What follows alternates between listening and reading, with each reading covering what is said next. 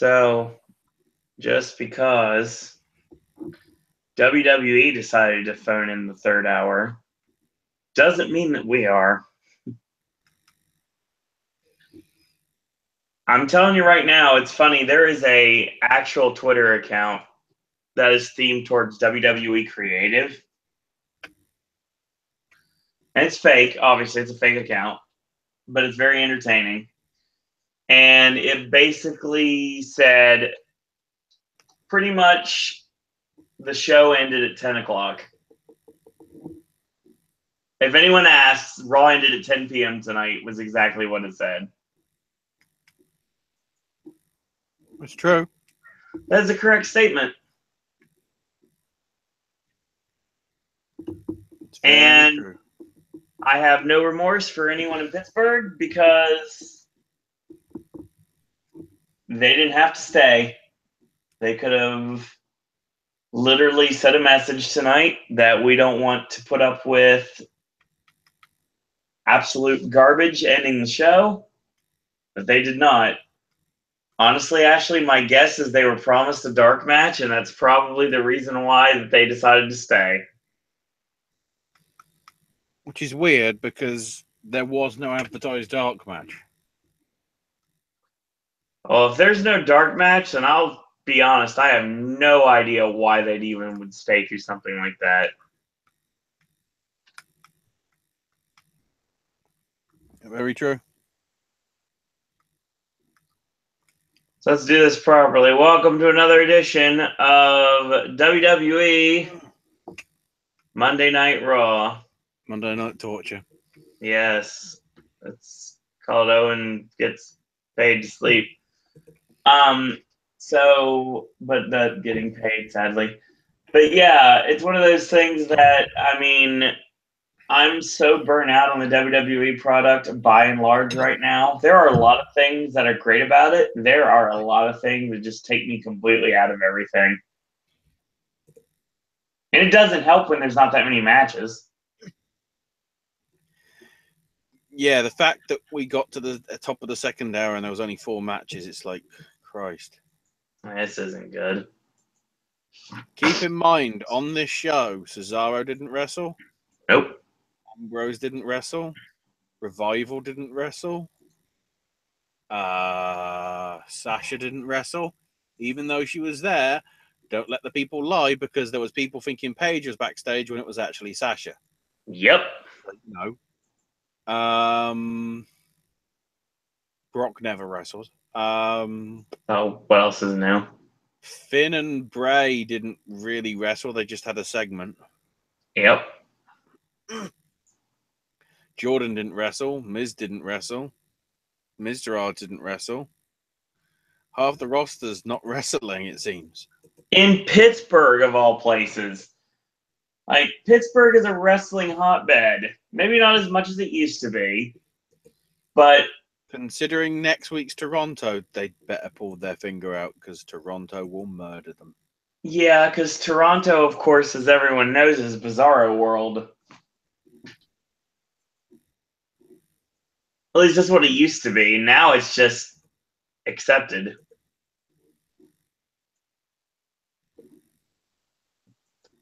We've got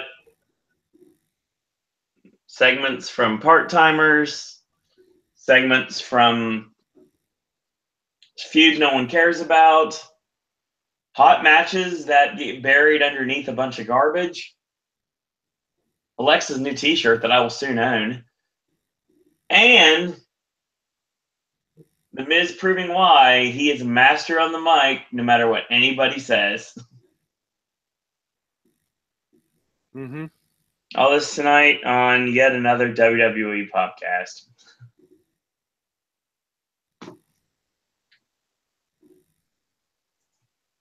My name is Owen. Hi. This is Ashley. Mm-hmm. Let's talk Raw.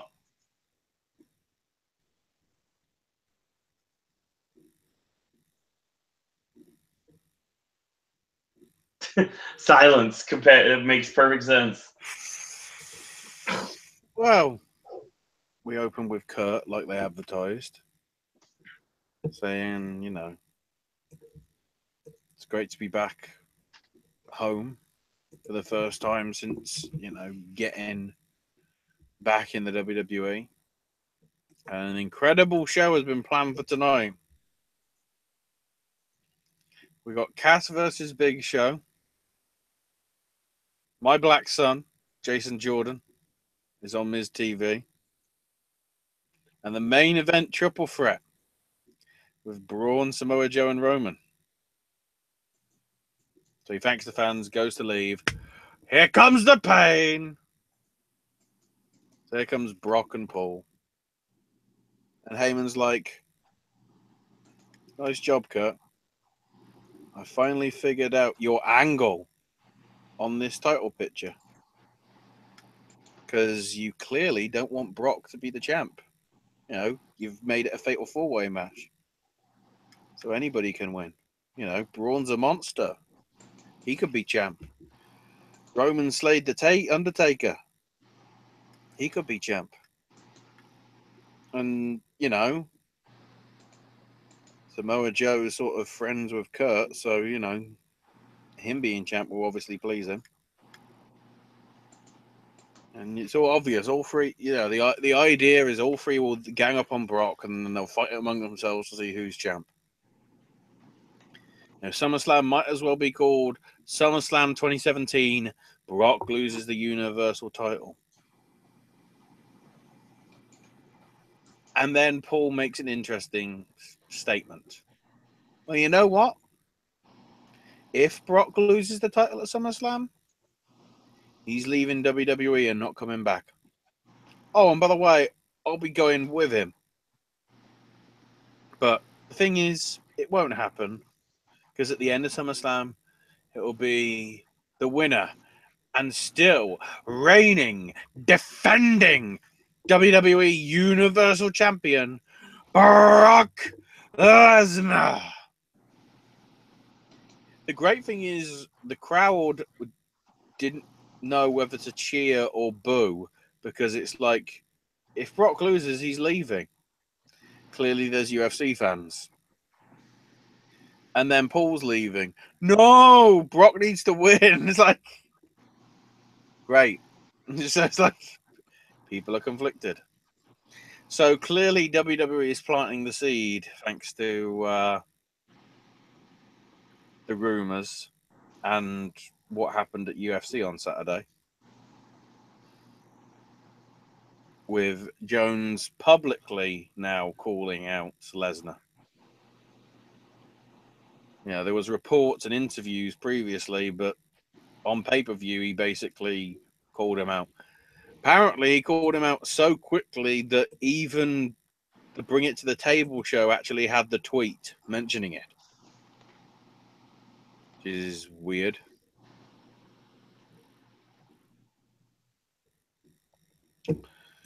So now here come the Hardys. Here come the Good Brothers. Revival's on commentary. This happened. Yeah, I mean, it was just a formulaic tag match.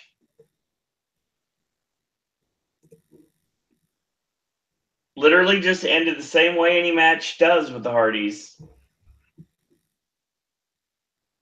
It's not the fact it was they both tried. The crowd was kind of just meh. The match was just kind of there. It wasn't bad. It was just kind of there. Yep. They got the heat and they set the Magic Killer. Jeff comes in to kind of put the kibosh on that. Gallows with an uppercut and then a big boot to Matt. Matt with a boot, twist of fate, tags Jeff, swanton, 1, 2, 3. And afterwards, Matt and Jeff are about to leave. Revival finally have had enough. They stand up. They start brawling. Twist of Fate, Scott Dawson. Matt hits one somewhat on the top of the ramp. Hardy stand tall. But then Jeff gets on all fours. Oh, well, Matt gets on all fours. And the Revival are on the floor now because obviously they've retreated to the floor. And Jeff runs, springboards off the back, and does a double clothesline to both men.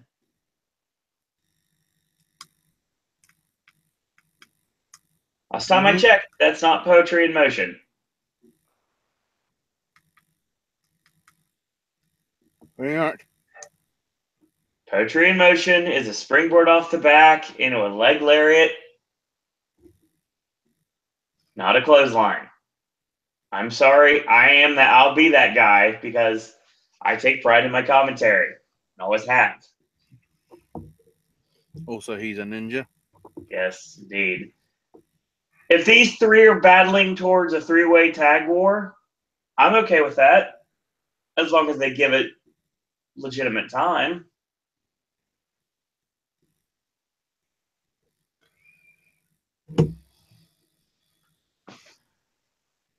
Then we get Renee in the back because she works both shows now because at least one thing WWE does correct. Talking to her husband. Mm-hmm. Renee and Dean. And, asked about last week's match, and Dean said, yeah, it looked good, and, it felt good, but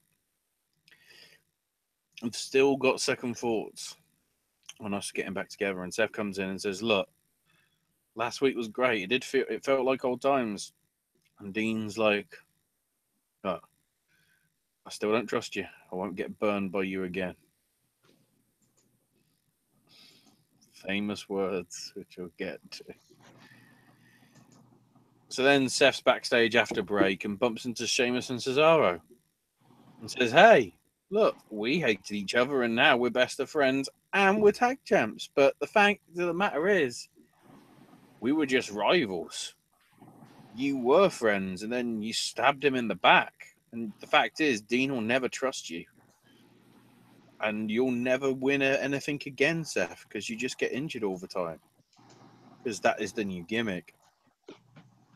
Perhaps you should get a new WWE Network show, Ride Alone. And I'm going, they're budget cutting. Fuck all's happening with the network. You should realize that, guys. All they're doing is total divas and total bellas because apparently that's the money.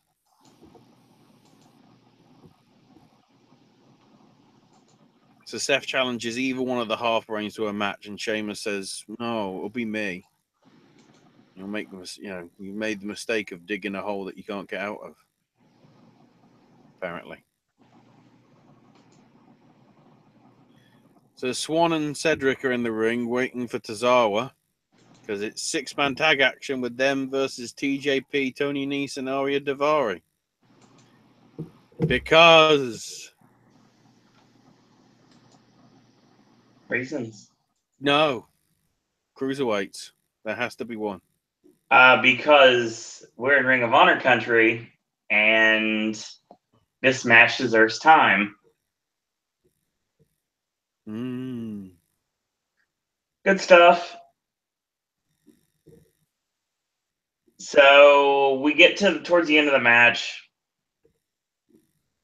So Cedric Alexander and Rich Swann hit tandem tope con helos. One a traditional one, which Cedric hits, and Swann basically gets a somersault dive off the top onto TJP and Tony Nese on the outside. Tozawa with a tope suicida has got his arm taped up like the late shoulders taped up like a late great Brian Pillman. Titus is a brand new Titus Worldwide shirt. Now apparently that Tozawa was wearing in his ring entrance, which is very interesting. So Cedric trips up Tony Nese. He goes face first on the ring apron, takes him out of it.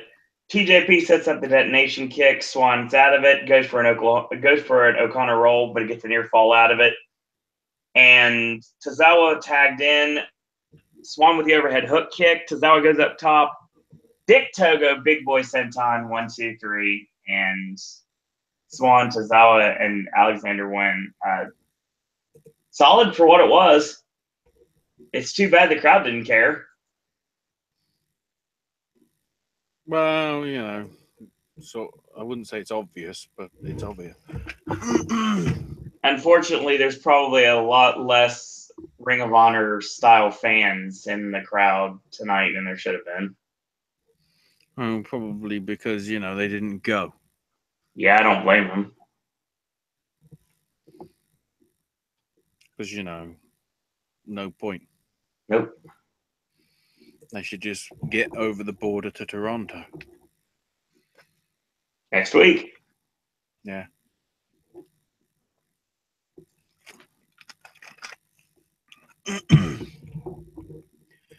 So, time for Ms. TV.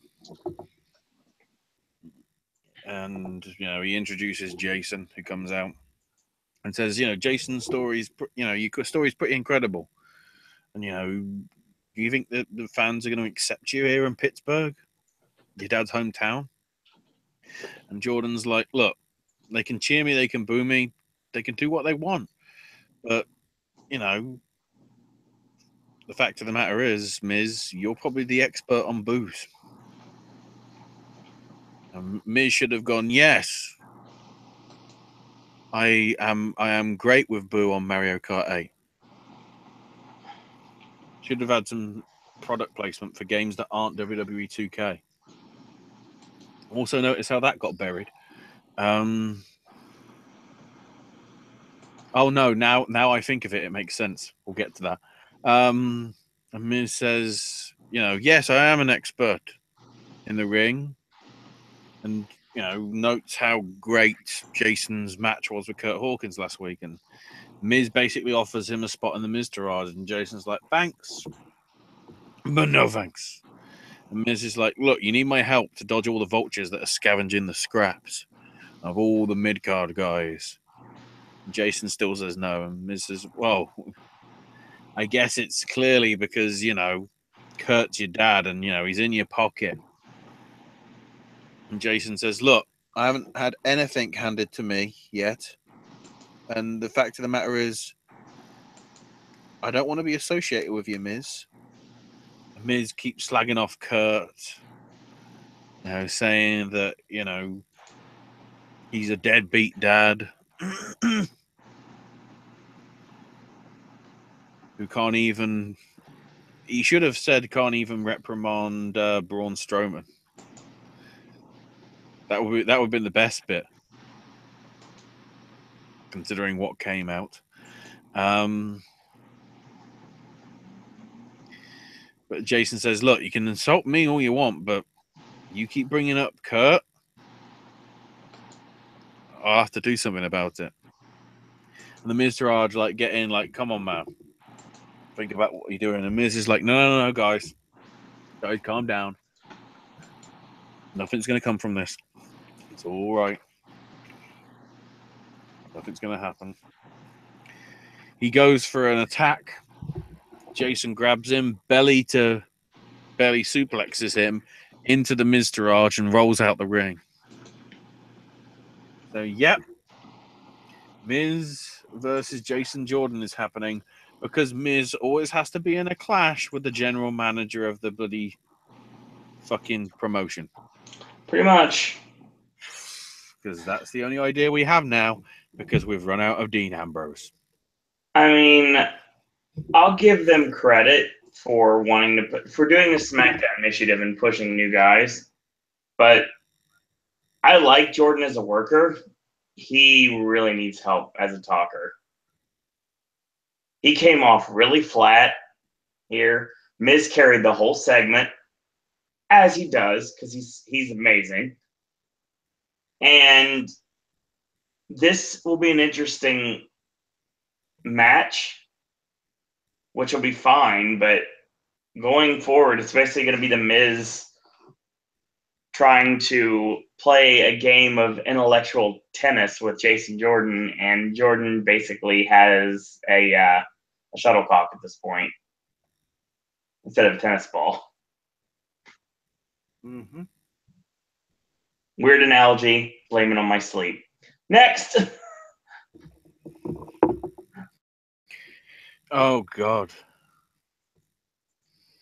Hang on.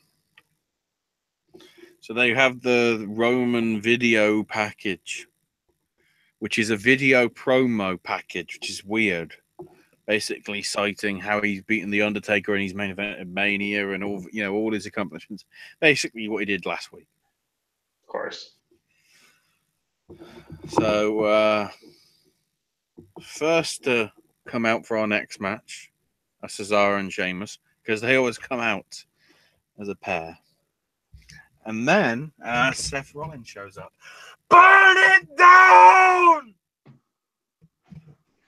Whoever thought this was a good idea, seriously. It's kind of like, okay, I'll give you a good one here. I think I get it, because it's a reference to him burning down the WWE Museum in 2 years' time. We have actual... basically, what you get in that 2K18 promo is basically time travel. It's like Terminator 2, except this has actually happened. The WWE Museum, when it's going to be built, in Orlando, he's going to burn the fucker down. Because seriously, who gives a shit about Kane anymore? I don't even know if Knox County gives a shit about Kane. I have a feeling they probably do. If not, they'll be chokeslammed promptly. Here's the thing. Yay! I just this is stupid. This is super stupid. I'm telling you right now, it's like there's a Weird Al album. Yes, it's an album that exists. And it goes silent. And it's silent for a while. And it's like when you're listening to a CD or listening to an album all the way through, and the next thing you know, it's kind of like it's kind of there, and the next thing you know, out of nowhere, yeah, you hear Weird Al scream at the top of his lungs, and it like wakes you up and scares the crap out of you. That's what this god awful thing is. It's like burn it down. It's his usual music, except in the bit when it goes silent, they just have somebody yelling, "Burn it down!" instead. Yeah, I hate this. Because reasons. That's because reasons. That's the legit reason. It sucks. Get rid of this and don't let it come back.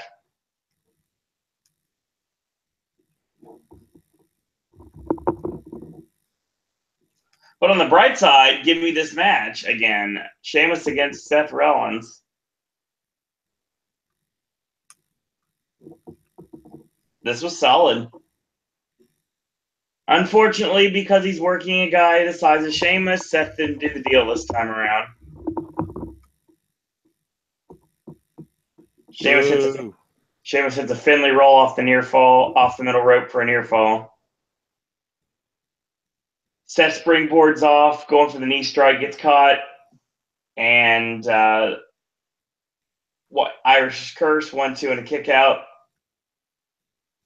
So Seth gets the upper hand, gets cut off with the right hand. Sheamus knocked to the outside by Seth. Seth with tope suicida. Tosses Sheamus in the ring. Springboard clothesline for all things. Sheamus misses the line. Swing blade. Seth goes up top, presumably for the frog splash. Cesaro's in the ring apron. He crowns him off the middle rope. And Sheamus ends up hitting the brogue kick. Well, that's what he's going for. And Seth kind of rolls through, stacks him up, and gets the flash pin. And then Cesaro attacks. They beat Seth down. And then they hit that god-awful tandem air raid crash that I hate so much. Because it does not make any sense. And then here comes Ambrose playing the role of Papa Shango, WrestleMania 8. Because he missed his cue. And they beat Dean down finally, and then the Gotch-style neutralizer lays Ambrose out, and then Ambrose is like, he turns into Max Cady and Cape Fear, and he's like, "Come on, give me more. Is that all you got?" So Cesaro's like, "Okay, I'm gonna beat you down," and that's exactly what he does. And then the next thing you know, Sheamus hits the concussion kick. I mean, the Brogue kick, and Ambrose is laid out. Concussion. Yeah.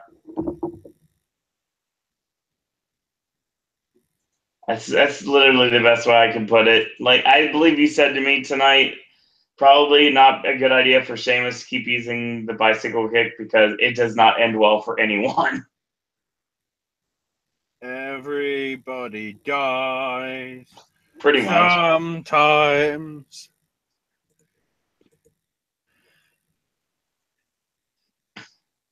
Then we get a Samoa Joe video promo / hype thingy.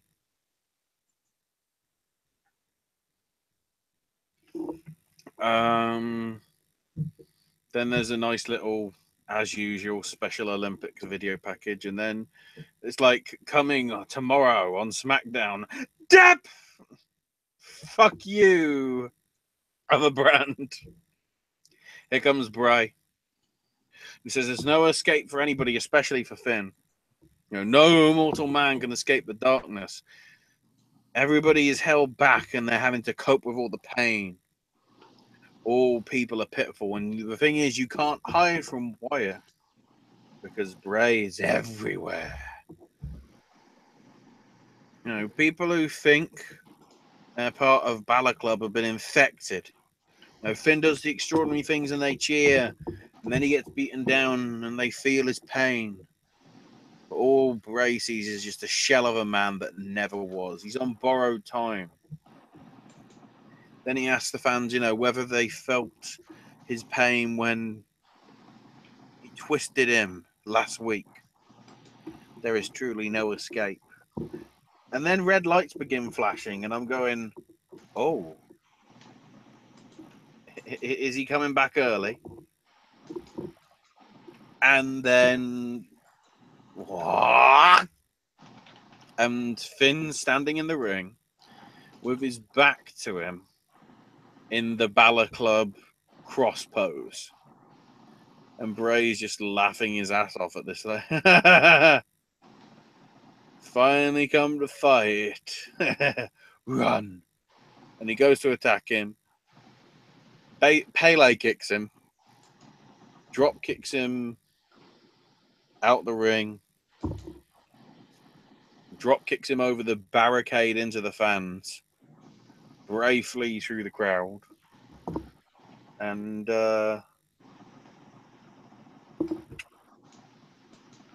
he does the wah thing. I think that's how it's called. Wah. It's a good build.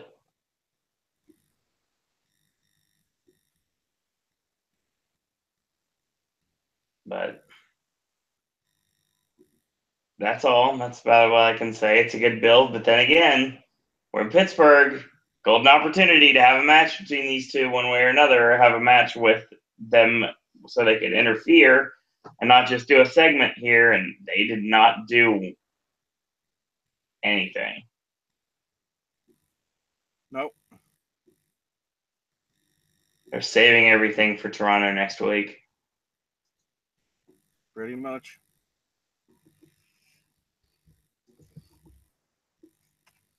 Pretty much. And now it's time for Braun's promo, where he says stuff. Then here comes the main event, and we're not even at the top of hour 2. What? Yep.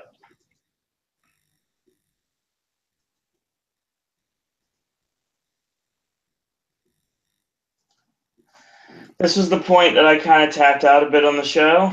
Not that it was a bad match. What I saw, it wasn't. It's just, it caught up to me. Usually I nap midway through the show. This time it's kind of like, yep, I can't stay awake anymore.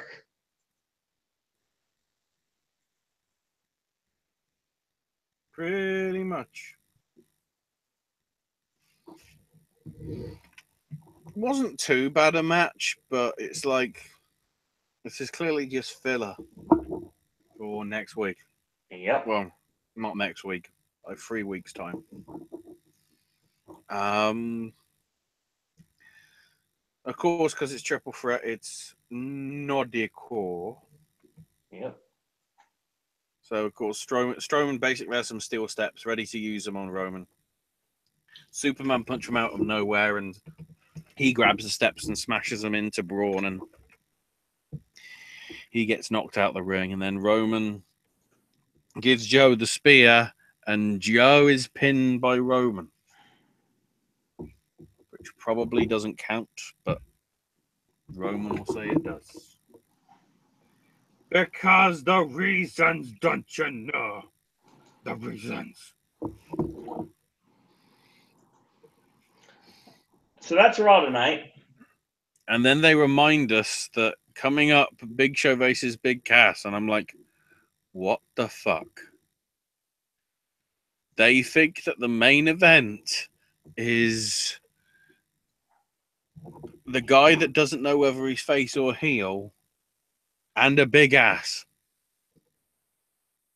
Nope. No.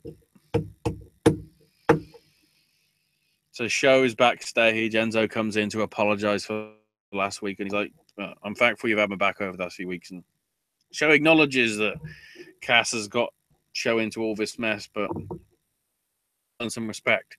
And you can't teach that.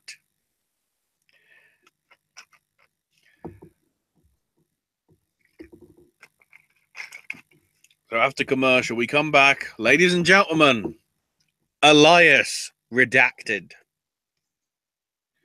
What the shit is going on here? Okay. I heard this over the weekend.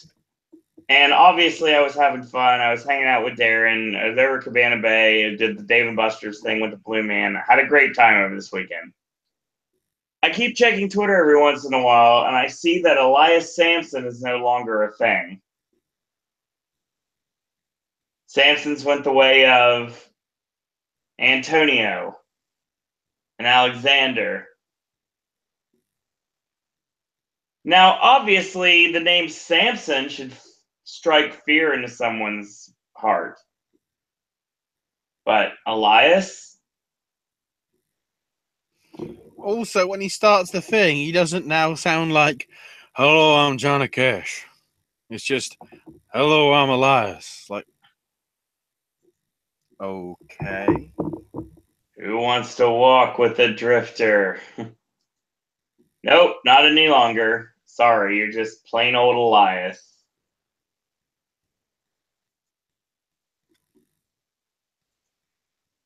God, you don't know what you're doing, WWE. Come on.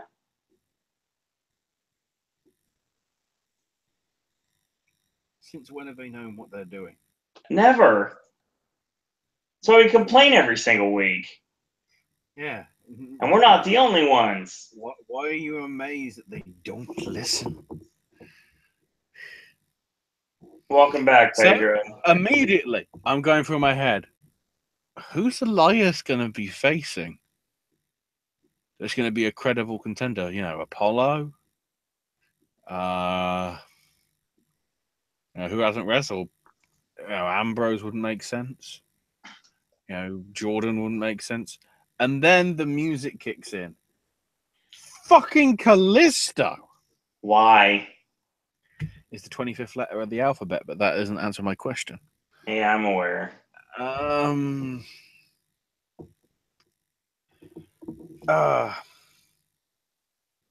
Thing is, it's an okay match. It's a serviceable TV match. Part of me still wonders the position of this match being after the main event. Is this the dark match for the crowd that nobody's been told about or something? I think this is one of those things that you're looking at the fact that you had the house shows that have the main event midway through the show, Like the main event of the actual show is the second hour main event. And then the rest of the show is just there, and then they have one last match and to send the fans home happy, I guess. Maybe. I didn't see the finish. Did Elias win with Crossroads again? Drift Away, Well, which is the Crossroads, isn't it? oh yeah, okay. So yeah, he won with the Crossroads then. So yeah, Drift Away. Because he was using that short spinning neck breaker for a while, and then he started using the Crossroads again. So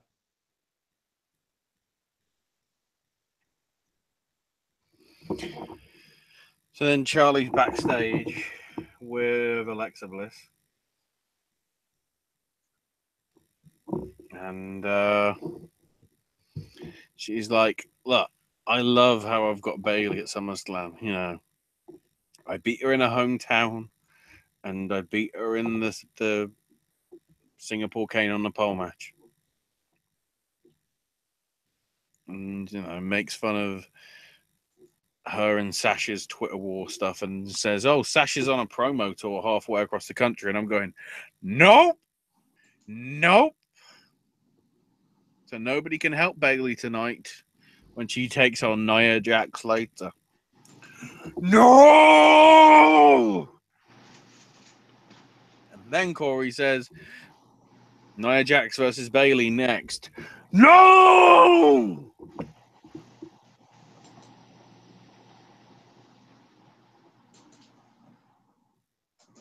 Have I made my views clear? yep. Maybe. But first we get Dean and Seth in the back. Oh, yeah.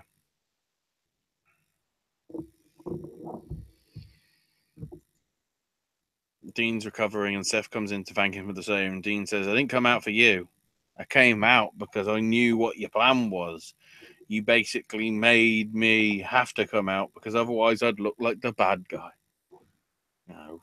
The fact of the matter is, if you were in my shoes, would you come out and save me?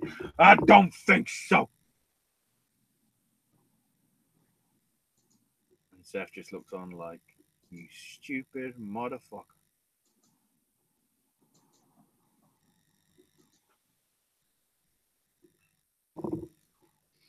Fair point.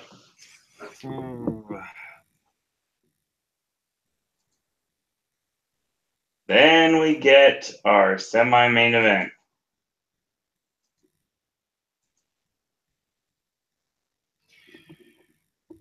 Bailey and Nia. Which, you know, ain't bad.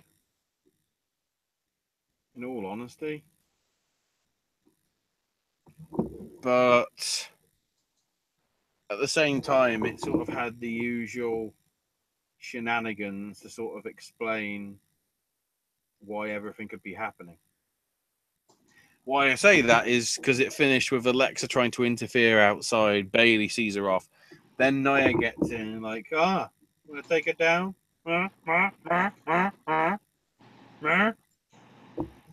And Nia goes for the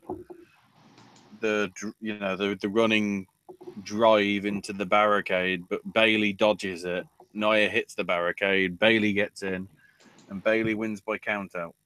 Because yes, we're doing that storyline again. So despite the fact we had an awesome finish from Nia last week, that never happened.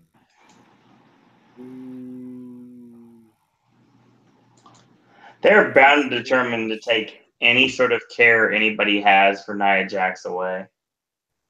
Yep, practically. Alexa then tries to attack Bailey afterwards, realizing that, you know, Bailey's not in great shape because she's been worn out by the match. And Bailey just flees.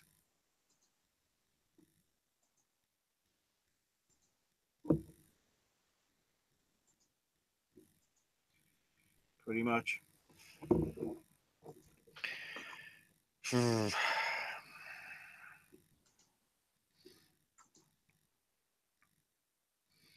Then they have Big Cass backstage with Renee and says Show must be talking out of his ass if he thinks he's going to be taught respect tonight. Big Show is just nothing but a 7-foot miscreant who'll be left in a pile in the middle of the ring.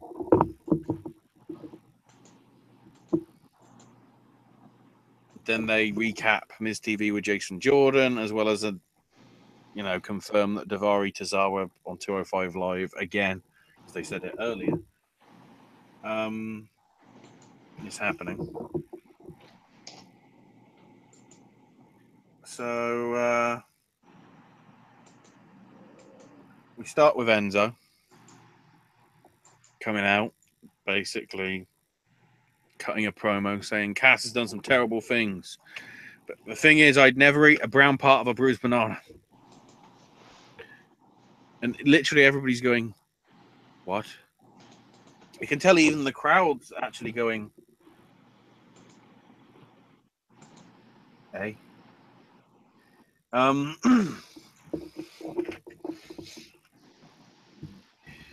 And says, he's got a guy that will write Cass a reality check and brings out Big Show.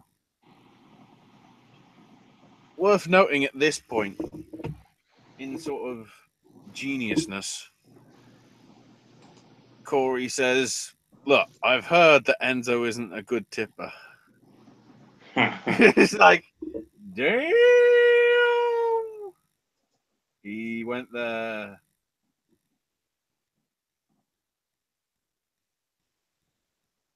And the thing is, it's beautiful. Because he went there.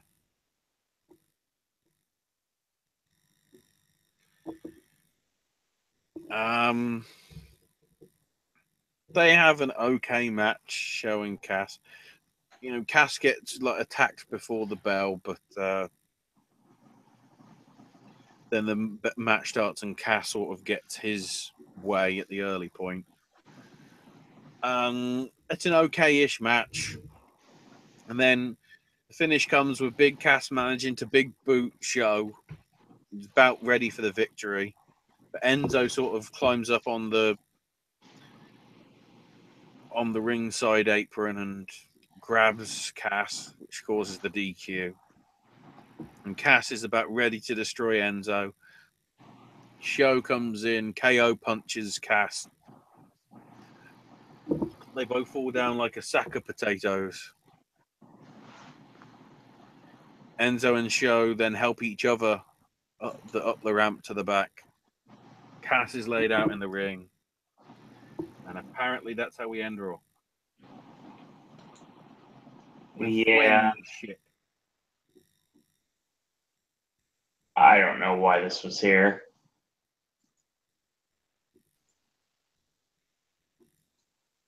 Was there a bet? I don't know. Was there a bet with creative tonight saying, hey, I wonder if we can put on the worst possible match we can have to main event the show that would kill the crowd dead? Probably. Somebody wants some money tonight then. Could be worse. It could be a steak dinner for bloody Destination X. Oh, what's up with that shit? Christ.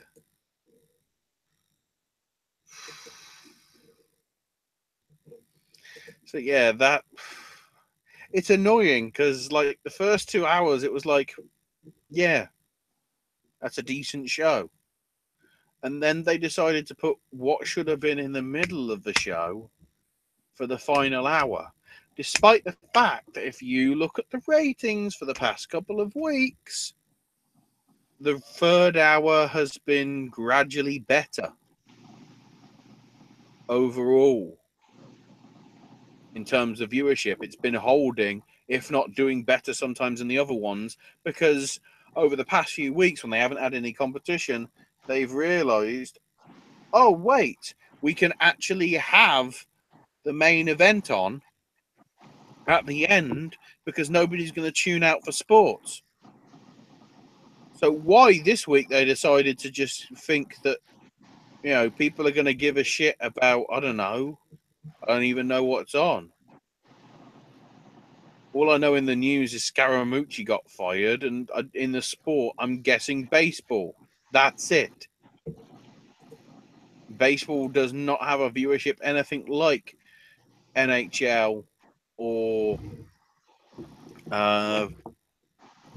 NBA or NFL has.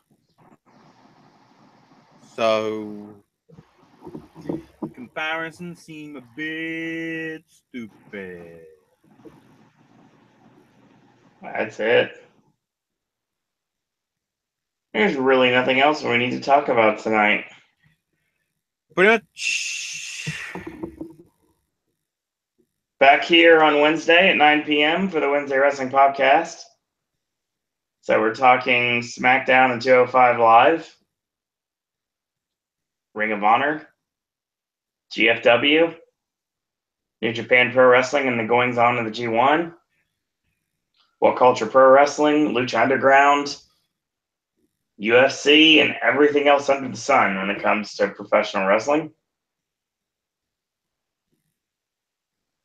Back for Sip and Snack next Thursday. Friday, AJ's movie review is going to be tackling Dark Tower. I don't know if it'll be Friday. That might be Saturday. Versus is Friday. Saturday will be AJ's movie reviews. Dark Tower and possibly Detroit. We're trying to get that one out as well. Ashley returns next week, Sunday and Monday, for gaming content. Mm-hmm. Ashley, where can we find you on social media? I'm on Twitter. Ash is my name UK. There is a lot of people that are obviously wondering what's going down with the Bullet Club shirts on Hot Topics website. They're starting to come in slowly but surely. I was able to snag the Cody shirt and it was gone like minutes later, but now it's back up again. The original Bullet Club shirt has not come back in stock. The Tekken Bullet Club shirt's nowhere to be found. And the Villain Club Marty Scurll shirt and the Kenny the Cleaner, the new Omega shirt, is not up there yet.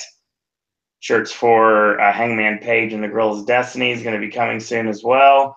And later August, since we're now in the month of August, good God, 43 days to Halloween Horror Nights 27. I'm super excited. I will say right now that there's also going to be brand new New Japan Pro Wrestling shirts, LIJ shirts, as well as possibly the pins. And yes, they are going to be bringing in a brand new Elite shirt only for Hot Topic. So all this available if you're lucky at your local Hot Topic or on hottopic.com or ProWrestlingTees.com if you want to get it right now. But that's going to be your show. Who knows? Sometime before this weekend's over, we could get something freaky coming in. Maybe something rather terrifying. Quite possibly something that would leave you anything but bored. And you never know what's maybe around the next corner or behind you at the same time. Halloween Horror Nights 27 is coming, and very soon, games shall be played and originals shall be announced. He gave it away with 3K. It's fucking Lindsay Lohan. Yeah, Damn it. of course. That's going to be your show. And as always, in a world where there are a billion wrestling podcasts, we're very pleased that once more tonight you've chosen a podcast. Follow us on Twitter at Popcast Network. Follow me on Twitter at Suro and Disney. And until tomorrow, boys and girls, that's all we got to say about that. Oh, God damn it, Cena. Why'd you have to go and leave us again? I like Rusev's tweet when he says, remember, he's an all-timer, not a part-timer. Oh, by the way, he's filming this movie, which starts filming today. Hey!